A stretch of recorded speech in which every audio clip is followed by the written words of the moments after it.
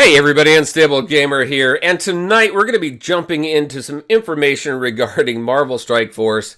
So the newest developer update came out late last night, and it is the QA mailbag for Alliance Wars. There's a ton of information here regarding Alliance Wars, so we're going to go ahead and jump into that. And I'm going to apologize now just in case this video goes long because there is a ton of information in here. But first, before we jump into all this, if you're just now finding this channel and you want to stay up to date with this and other games, consider hitting that subscribe button so you don't miss out.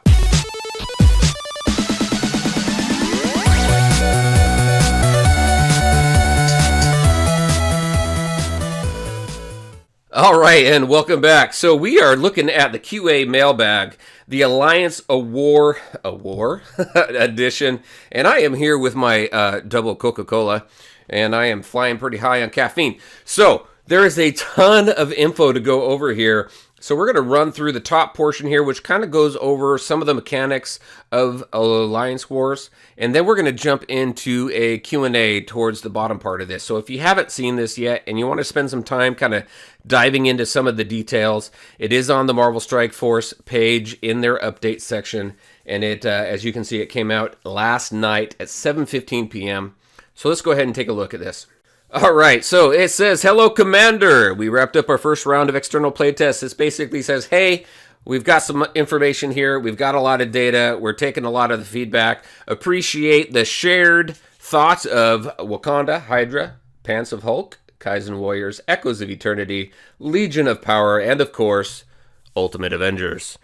So basically, a whole lot of people were able to get in here and really give some feedback, and that's really what this mailbag is all about, is reporting back on the feedback that they got. So first and foremost, 12-hour timer. I don't think there's too many of us out there who are a fan of the 12-hour timer. I know some people don't really have an issue with it. I have a huge issue with it, especially when, like, most of my alliance is really around the world. It's not in any one country. I mean, I got people in India, I got people over in London, UK, everywhere, the US. It's crazy. So a 12-hour timer really causes a lot of issues when it comes to trying to coordinate things. So they got that feedback. They said, all right, fine, instead of doing this every day, we're going to do this every few days. We're going to put it on a 24-hour timer, and we are going to see what happens. So I appreciate the fact that they're taking that feedback and going to see what happens with it. So they're trying different things. They do say here, we'll likely try out several cadences in the first few seasons of War before we settle on a final schedule. So thank you guys. I appreciate that. Really looking forward to War. All right, go wild or go well-rounded roster. So this is all about really your roster and how effective you're going to be in Alliance. It says, now on to gameplay. Alliance War is not like our other game modes, where you only send one of your top squads into battle. Every hero counts. The wider your roster, the more strategies that will open up for you and your Alliance. But there's no need to worry if your roster isn't as robust as others. You don't need to attack or defend with full teams. So anyone, regardless of how many characters you have unlocked and leveled up, can jump in and make an impact during a war. So really, everyone's going to be able to do something, even if you can't use multiple characters. If you just have that one character that you focused on, which, by the way, if you are, don't. There's a number of characters that should be focused on. And if you're new to the game, really focus on the defenders. That team is fantastic in multiple game modes. It is the second best team in the game, I believe, next to Nick Fury and the SHIELD team. So if you're new, really focus on those defenders. But back to this, everybody's going to be able to do something. There's a lot of coordination that seems to be needed for this. So those of you who are alliance leaders out there, those of you who are maybe, if you've broken your alliance up into different things and you have captains who are focused on raid, if you have a captain focused on alliance wars, the coordination effort, I think, is really going to be huge in here, and I think it's really going to be a lot of fun. I mean, I'm one who has grown up loving chess. I've played chess my entire life. I can remember back to elementary school when I'm learning how to play chess and strategizing there, and it's really just been an awesome thing for me. So I'm really looking forward to this game mode because I think it's going to be a lot of fun. All right, So next is alliance planning. So again, coordinating with your alliance is going to be key. And as mentioned, characters can only be used once. So it reminds me of that game mode over in that other game, Star Wars Galaxy of Heroes. What is it? I can't remember the name of it right now, but there is a game mode over there, Territory Wars. And you go ahead and you set up your teams in different zones. It seems very similar to that. It does say here, in general, a player's total collection power is a good way to estimate how effective they'll be in war. So you can go into your alliance and you can take a look at total collection power. You can sort your team, your entire alliance by strongest team power or total collection power. And maybe you want to take a look at your total collection power, see who your top 5, 10 alliance members are, and strategize that way. I don't know. I'm not part of the playtesting, so I'm not 100% sure. However, that little clue right there may help out a little bit. All right, setting up defenses. In Alliance War, the best offense is a good defense. Isn't that always the case? There are 12 rooms. I think this right here is very, very important. The setting defenses and the room bonuses, I think, are really huge right here. So there are 12 rooms to defend in your helicarrier. Your alliance will need to decide where to place rooms. So where to place rooms in your helicarrier and how many characters from your roster will defend a room. So it says where to place your rooms in the helicarrier. So are we going to be able to adjust where those rooms are and move them on the helicarrier, as well as decide where we're going to put our characters? That's what it seems like to me. Just kind of dissecting the wording there a little bit. If you choose not to place characters in the helicarrier room, a shield team, so I think this is important to know as well, a shield team, a minion team will automatically guard it. And it's also saying that the default power of that shield team is going to be 13,000, not including Stark Tech. That's going to be important. I think that's an important clue there. I haven't seen any videos on it. I haven't talked to anybody yet who has done any play testing. So this is completely kind of what's going on in my mind, right? So room bonuses here. Helicarrier rooms have positive and negative effect stat boosts, as well as different point values in war. So destroying certain rooms will weaken teams across the entire enemy helicarrier, while destroying other rooms earn more points. So they give a little example here. If you destroy a med bay, it wipes out a global health boost. However, if you decide to blow up the bridge, it grants the team 250 points. So destroying these rooms can often be the key to victory. So I think really the first time we get in there, we're really going to be trying to figure a whole lot of this out. However, once we get a little bit more familiar with how Alliance Wars works, the strategy is really, again, I know I've said this 100 times now, but the strategy is really going to be key. And I think alliances are going to need to come together and communicate however you choose to communicate, whether it's the chat app, which I think is absolutely horrible, or you go through like Discord or Line or something like that. I really, really think that communication is going to be key here. All right, next. So the heal mechanic. So this mechanic has gone through a bunch of iterations, and opinions around the original mechanic were split down the middle. Some liked it, some didn't, and it's mainly due to the concern around how heals were implemented, as it set a playstyle around having to wait around, constantly monitoring your team, and then jumping in fast enough to heal them so that they could survive the attack. Healing only helps characters that survived in battle, so if a character's knocked out, well, healing's not really going to help them because they're out of the battle. We didn't like how this felt, but we did see a lot of opportunity for strategy based on alliances coordinating attacks to bring down strong enemy targets. Cool. All right. So they've adjusted the mechanic so that we can boost a defense team before they get attacked, and they're hoping that this will provide a better flow for the defense, and it'll keep the coordination and strategy aspects around. Very cool. War store, just like Blitz, Arena, and Raids, it's just another store for us to be able to go to and purchase stuff like orange, purple, blue materials, character shards. So just like everything else, the store is still in discussion though, and could see changes before going live. But this is certainly where we are. Hold on. But this is hold on. Dramatic pause. But this is where we currently are with the War Store. All right. So there you go, everybody. That is the first part of this. There's a whole lot of information here. I skimmed through a lot, I think, pretty quick. Hopefully it was a little entertaining. But we're going to go into this QA section down here and answer some questions here that some people had. All right, and this next section is the Q&A section, and this is really just a list of questions that came from those who were testing, who were part of the play testing. And we're just going to run through the questions, go through the answers from the devs, and give you my initial thoughts. And then we're going to go ahead and wrap up. So they're basically, on this first one, just asking how long the Alliance War seasons are going to last. They're saying that they're looking at 2-week war seasons, and they don't intend to have war milestones currently. So that was a quick answer there. First, and maybe a suggestion really, has to do with clear defenses. They were working on some of that. They said that to provide a little bit of context, setting up defenses, it's an important part of war and a major factor in strategy. One of the most common feedback notes we received was a way for alliance leaders to clear defenses in rooms in order to change the defense strategy. So again, it seems like we're going to move rooms around, we're going to move teams around, and this right here was really specific to when a player is unavailable to log in and do it themselves.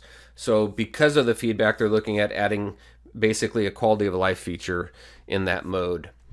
And are the strongest alliances getting the best rewards? Essentially, they're saying regardless of your alliance power, you're going to be able to take part in the same rewards that everybody else is taking a part of. So I think you have to take into consideration a whole lot of stuff, right? There are a ton of alliances out there who are just freaking just boss and have a ton of just total collection power. And they're really up there. You look at the top ranking alliances and stuff. So obviously they're probably going to dominate the season charts in here. And then as people work themselves up and get higher in level and total collection power and everything like that, then it'll be a little bit more of a battle, I think, at the end. But I think it's going to be a lot similar to kind of what we have right now with Arena, is you have people kind of settling in where they're going to be. Are you a casual alliance? Are you a hardcore alliance? Are you going to be somewhere in the middle? And I think you need to be a little bit realistic with yourselves as far as expectation and reward. Obviously, those who push hard and push strong are really going to push to the top and get the best rewards. So again, I think maybe setting those expectations with your alliance, if you're an alliance leader, setting those expectations with your alliance and kind of where you expect to be. For me and my alliance, I expect to be kind of middle.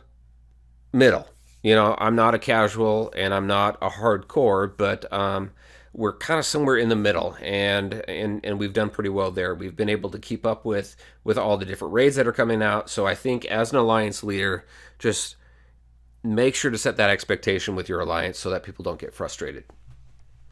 All right, next.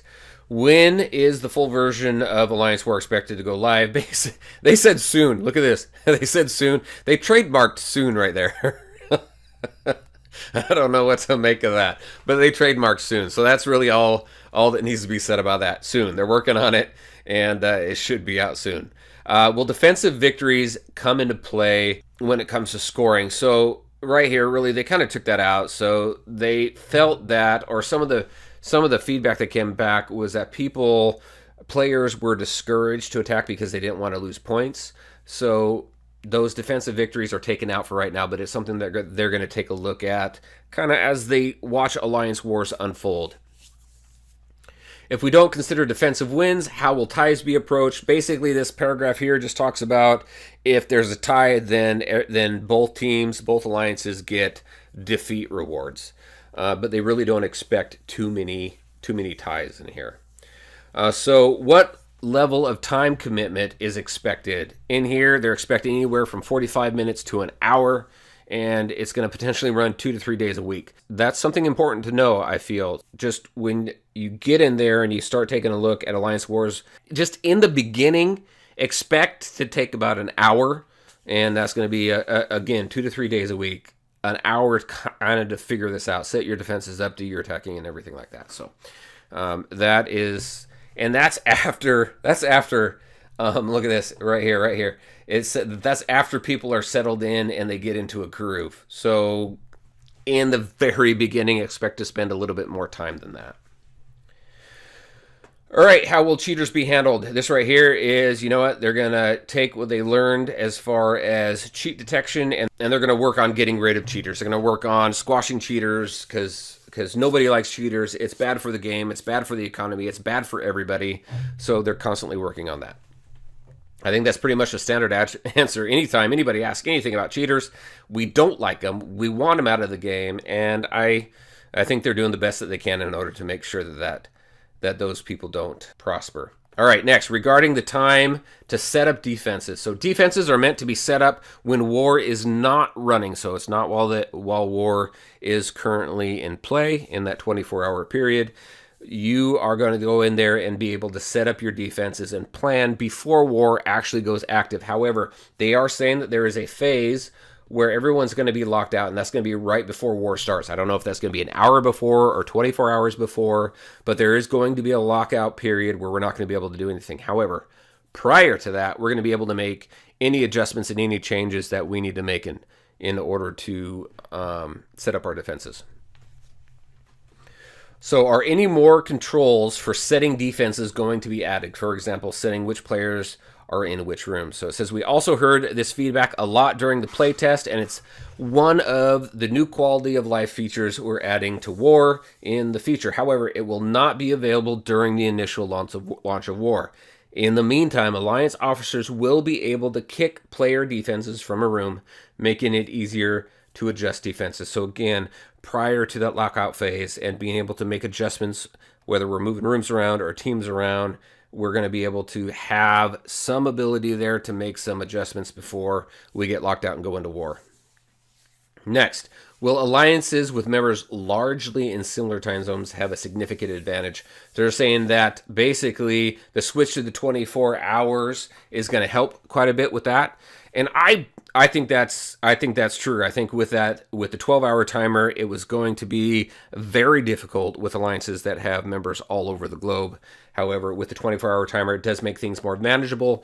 So with those of us out there with those members all over the world, it's going to be important to make sure that we communicate. However we choose to communicate, as I said before, whether it's in-game chat or Discord or Line or some other form, make sure that you communicate, because communication is going to be the key to success in here. All right, next has to do with augmenting the current roster of characters, similar to War Machine. So they are saying that they're looking at other characters to give that same trait to, similar to War Machine. War Machine is the first character in the game that has a benefit, that has a buff while in war mode, and there's going to be some other characters that are going to follow. Basically, that's really what that answer is all about, and it says they're going to have more information on an upcoming blog. All right, how did you foresee individuals dividing their roster? So I'm just going to kind of read through this here. So they're saying that the goal was to create a system with a lot of different strategies, and so far they've seen in the playtest, along with combinations and strategies we saw in other internal playtests. So we're excited to see how this expands when the mode releases and new characters are added along the way. One interesting strategy was that they saw was players using similar squads of like 1 to 3 characters to try and take out a weaker opponent. And that worked in some situations because they were able to, it allowed the alliance to reserve other players for defense or extra attacks. So they said that was pretty cool. So there must have been some situations where alliances felt that they could put only 1 to 3 characters in a specific room. It took out the team, and it allowed them to save the other characters in their roster for other parts of Alliance War. Again, going back to territory wars in Star Wars Galaxy of Heroes, I really think it's very similar. Those of you out there who are playing Star Wars Galaxy of Heroes, and if you're familiar with territory wars, what do you think? Does this sound pretty similar? All right, last question is, do we have another round of playtests? And the quick answer is yes, they do. More playtests are coming. They really want to make sure that they fully test this out. I like the fact that they're bringing in people and actual players to really fully test this, and they're addressing the different questions that are coming. So I'm excited for Alliance War. I think it's going to be cool. I think it's going to be a chess game, and I think that's going to be a lot of fun. So there you go, everybody. That's what I had for you tonight. Just not necessarily a quick video, but a video on the newest mailbag that came from the developers, dropped again just last night regarding Alliance War. And I'm excited. I think it's going to be a lot of fun. And I can't wait to really dive in there and play with this new mode. So there you go, everybody. I want to thank you for taking the time to watch the video. I truly appreciate it. If you liked it, make sure to hit that like button and share your thoughts and questions in the comment section below. Take care, everyone, and we'll talk to you next time.